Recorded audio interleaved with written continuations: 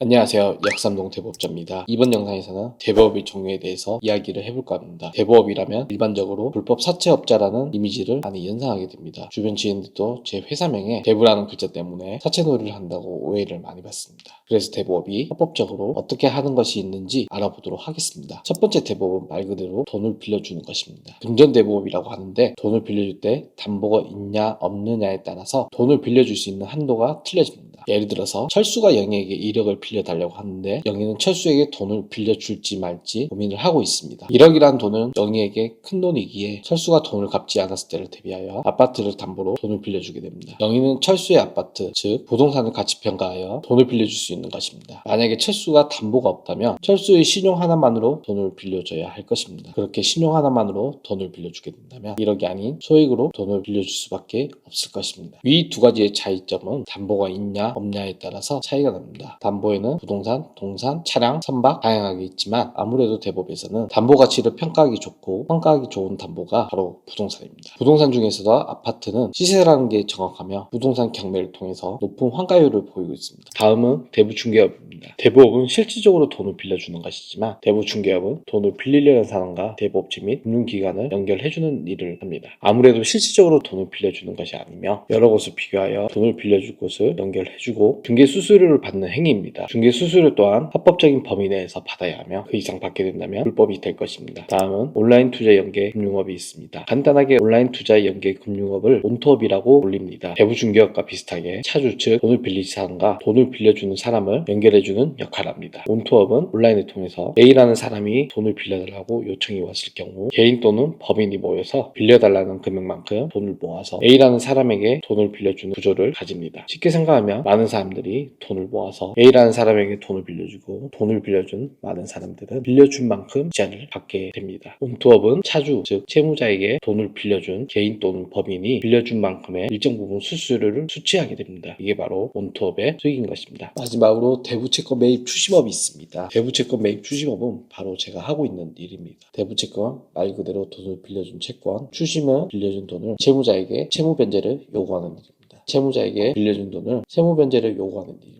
보통적으로 금융기관에서 부동산을 담보로 하거나 신용을 담보로 돈을 빌려주게 되면 돈을 받지 못하는 경우가 발생합니다. 부동산을 담보로 돈을 빌려주게 되어 갚지 못하게 된다면 부동산 임의경매를 진행시켜 돈을 상환을 받습니다. 그렇지만 신용을 담보로 돈을 빌려주게 되면 유선상이나 우편을 통해서 독촉을 하게 됩니다. 저는 이렇게 은행에서 회수하지 못하는 돈을 채권 양수도 계약을 통해서 채권을 양수받아 부동산 경매를 통해서 채권 회수를 하고 있습니다. 제가 투자하고 있는 내부채권 매입 추심업 등록 요건에 대해서 알아보도록 하겠습니다. 첫 번째, 자본금 5억 이상의 법인. 내부채권 매입 추심업 신청은 법인 사업자만 가능하며 자본금이 5억 이상 되어야 합니다. 두 번째, 영업소 소재지가 내부채권 매입 추심업에 적합한 소재지인지 여부. 본점 및 영업소의 소재지는 단독주택, 공동주택, 숙박시설, 공유오피스, 비상주는 불가하며 6개월 이상의 임차 또는 법인 소유의 근린생활시설에서 가능합니다. 대표나 임원, 주주, 업무 총괄 사용인의 요건과 경험 여부. 업무 총괄 사용인이란 대부업 또는 대부중개업소의 업무를 총괄하는 사용자라고 생각하시면 됩니다. 여기서 자본금 10억 미만의 법인은 1인 법인으로 대부채권 매입 추심업 등록이 가능하며 대표자와 업무 총괄 사용인이 겸업이 가능합니다. 그렇지만 대표자가 직장을 다니거나 하게 되면 별도의 업무 총괄 사용인을 두어야 합니다. 네 번째, 법인의 상호에 대부라는 글자가 들어가야 합니다.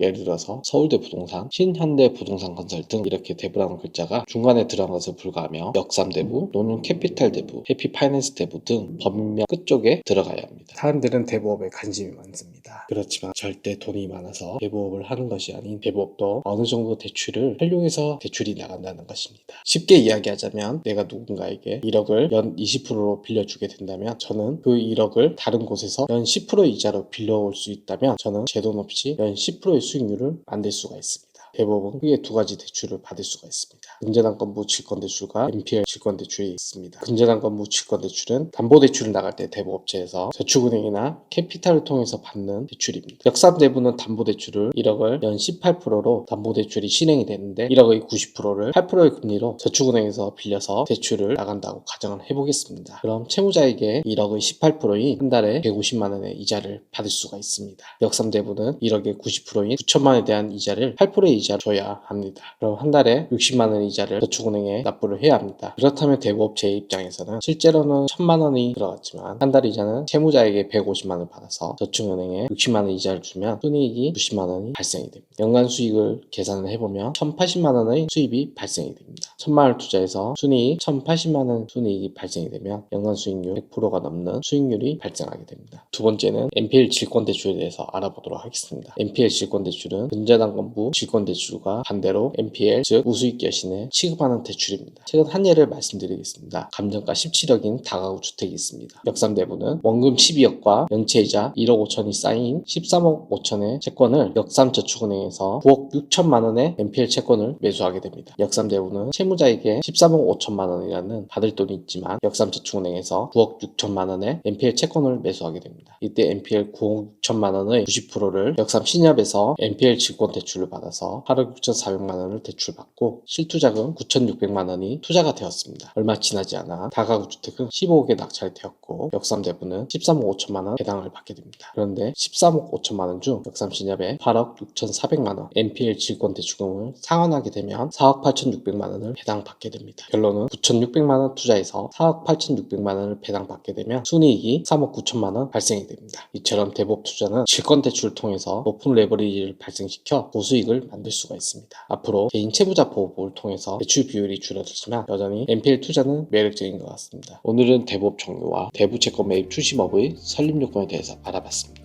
대부업 설립 요건에 대해서 궁금하신 분들은 댓글에 네이버 카페 링크로 들어오셔서 문의 주시길 바랍니다. 오늘도 영상이 좋았다면 구독과 좋아요, 알림 설정 부탁드리며 다음 영상에서 찾아뵙겠습니다. 감사합니다.